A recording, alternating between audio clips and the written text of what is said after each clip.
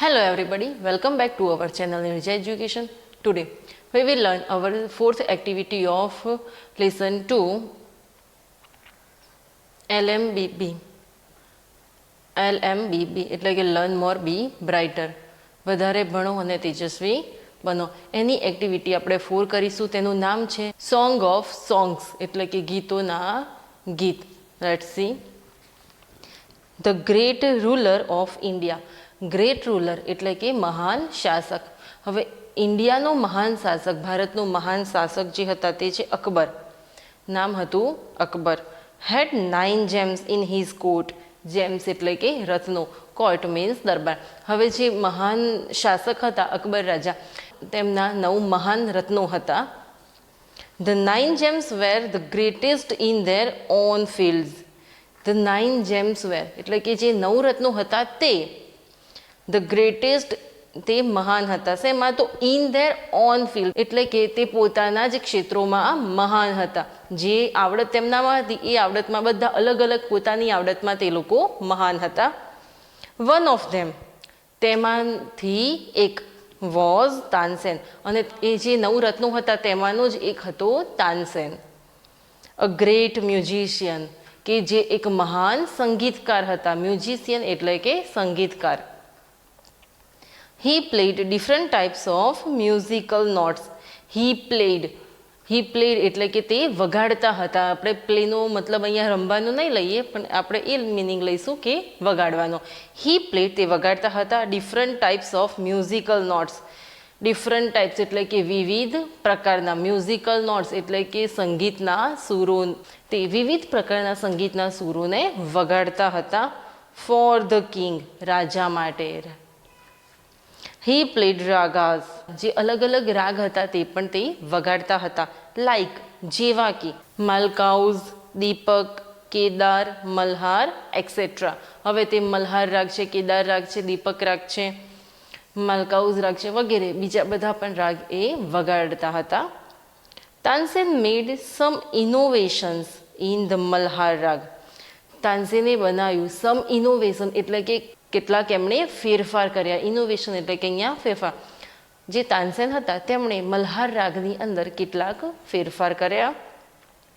And created મિયા મલ્હાર રાગ, અને પછી તેમણે એક રચના કરી મિયા મલ્હાર રાગની. ક્રિએટેડ એટલે કે રચના કરવી, અને પછી તેમણે મલ્હાર રાગમાં ફેરફાર કરી અને પછી મિયા મલ્હાર રાગને બનાવ્યો, તેની રચના કરી. વન ઇવનિંગ, એક સાંજે, the king was in his court. હવે જે રાજા હતા તે તેમના દરબારમાં હતા. Court means Darbar. He said to Tansen, અને જે રાજા હતા તેમણે તાનસેનને કહ્યું, ઉત્સાદજી, ઉસ્તાદ કહીને તેમને બોલાવ્યું. ઉત્સાદજી, પ્લે સમથિંગ ન્યૂ, કંઈક નવું વગાડો. સમથિંગ ન્યૂ, કંઈક નવું. ઓન યોર તાનપુરા, તમારા તાનપુરાથી કંઈક નવું તમે વગાડો. એન્ડ મેક અસ હેપી, અને અમને બધાને ખુશ કરી દો. તાનસેન એગ્રીડ. એગ્રીડ એટલે કે માની જવું, અને પછી તાનસેન તે બાબતમાં સહમત થઈ ગયા, માની ગયા. એગ્રીડ એટલે કે સહમત થવું, માનવું. હી ટુક હિઝ તાનપુરા. ટેકનું પાસ્ટ ફોર્મ થયું ટુક, અને પછી તાનસેને પોતાનો જે તાનપુરો હતો તેને લીધો.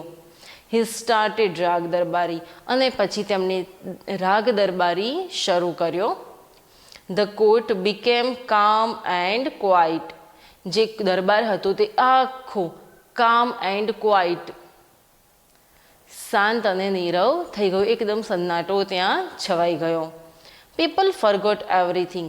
પીપલ એટલે કે લોકો, ફરગોટ એટલે કે ભૂલી જવું, એવરીથિંગ બધું જ. અને લોકો જે રાગ દરબારી રાગ સાંભળતા હતા એ બધા એકદમ શાંત થઈને બધું જ ભૂલી ગયા. અરાઉન્ડ ધેમ, જેમની આસપાસનું હતું એ બધું જ તે લોકો ભૂલી ગયા. આફ્ટર સમ ટાઈમ, થોડાક સમય પછી, ધ કિંગ લુકડ અપ, રાજાએ ઉપર દેખ્યું. His eyes bright with praise. Praise એટલે કે પ્રશંસા, બ્રાઇટ એટલે કે તેજસ્વી. અને પછી થોડી વાર પછી એમ રાજાએ જ્યારે ઉપર દેખ્યું ત્યારે તેમની આંખો પ્રશંસાથી તેજસ્વી થઈ ગઈ. Wonderful, he said. વન્ડરફુલ એટલે કે અદ્ભુત, અને તેમણે કહ્યું કે અદ્ભુત, વન્ડરફુલ. સુપર્બ, ઉત્તમ. I listen to you every day. Listen એટલે કે સાંભળવું. એવરી ડે મીન્સ દરરોજ, હું તને દરરોજ સાંભળું છું. બટ પરંતુ this was the best. Best એટલે કે શ્રેષ્ઠ, અને આ જે હતું તે એકદમ શ્રેષ્ઠ હતું. Tansen બોવડ before the king. બોવડ એટલે કે અભિવાદન આપી અને માથાને નમાવવું, અને પછી તેમણે રાજાની આગળ અભિવાદન આપતા પોતાના માથાને રાજાની આગળ નમાવ્યો. I think you have the most wonderful voice in the world. રાજા કહે છે આઈ થિંક, હું માનું છું કે you have the most wonderful voice. Most wonderful voice એટલે કે સૌથી અદ્ભુત અવાજ. ઇન ધ વર્લ્ડ પૂરી દુનિયામાં. રાજા કહે છે કે મને લાગે છે કે આખી દુનિયામાં તારો જ અવાજ સૌથી અદ્ભુત છે. Said the king. રાજાએ કહ્યું. વેલ, સારું. માય લોર્ડ, મારા પ્રભુ. There is someone. કોઈક બીજું પણ છે.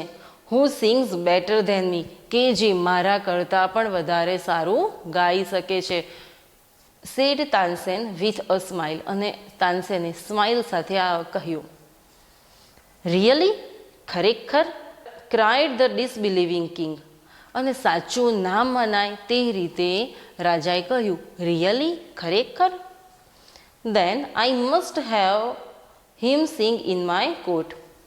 તો પછી મારે તેમને અહીંયા કોર્ટમાં લાવવા જ જોઈએ. Then I must have him sing in my court. પછી મારે તેમને કોર્ટમાં ગવડાવવું જ જોઈએ. Can you arrange it? Arrange એટલે કે ગોઠવવું. શું તમે તેની ગોઠવણ કરી શકો છો? Asked the king. અને રાજાએ પૂછ્યું. તાનસેન શોક હિઝ હેડ. શોક શેકનું પાસ્ટ ફોર્મ છે. તાનસેને પોતાનું માથું હલાવ્યું. આઈ એમ અફ્રેડ. મને ડર છે. He will not come to the court. Tansen કહે છે કે મને ડર છે કે એ કોર્ટમાં નહીં આવે. વોટ? શું? Even if he હિયર્સ that the king himself request him. Request એટલે કે વિનંતી. હિયર્સ એટલે કે સાંભળવું, અને ઇવન એટલે કે છતાં પણ. હવે રાજા કહે છે કે શું રાજાએ પોતે તેમને બોલાવે છે છતાં પણ તે નહીં આવે? નો, નોટ ઇવન ધેટ. ના, તો પણ નહીં. Akbar was very ઇગર to meet him. ઇગર એટલે કે આતુર, મીટ એટલે કે મળવું. હવે અકબર રાજા હતા તે તેમને મળવા માટે ખૂબ જ આતુર હતા. Very well Ustadji. બહુ સારું ઉત્સાદજી. Said the king. અને રાજાએ કહ્યું. With smile he looked into Tansen's eyes. અને એક મુસ્કાન સાથે he looked into Tansen's eyes. અને પછી તાનસેનની આંખોમાં એક સ્માઇલ સાથે તેમણે દેખ્યું. If he doesn't come here. જો તે અહીંયા નહીં આવે તો I shall go to him myself. તો હું મારી જાતે જ તેમને મળવા જઈશ. Will you take me to him. શું તમે મને તેમની પાસે લઈ જશો? Asked the king. રાજાએ તેમને પૂછ્યું. યસ, હા. But you do not go there as the king, said Tansen. અને પછી તાનસેને કહ્યું હા, હું લઈ જઈશ, પરંતુ તમે રાજા તરીકે ત્યાં નહીં જઈ શકો.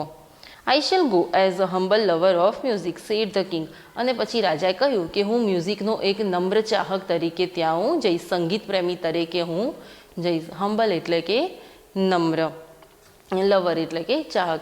અને રાજા કહે છે કે એક સંગીતના ચાહક તરીકે હું ત્યાં તેમની પાસે જઈશ. અહીંયા 4th એક્ટિવિટીનો ફર્સ્ટ પાર્ટ કમ્પ્લીટ થાય છે. સેકન્ડ પાર્ટ આપણે નેક્સ્ટ વિડીયોમાં જોઈશું. Thank you everybody. Like, share and subscribe our channel.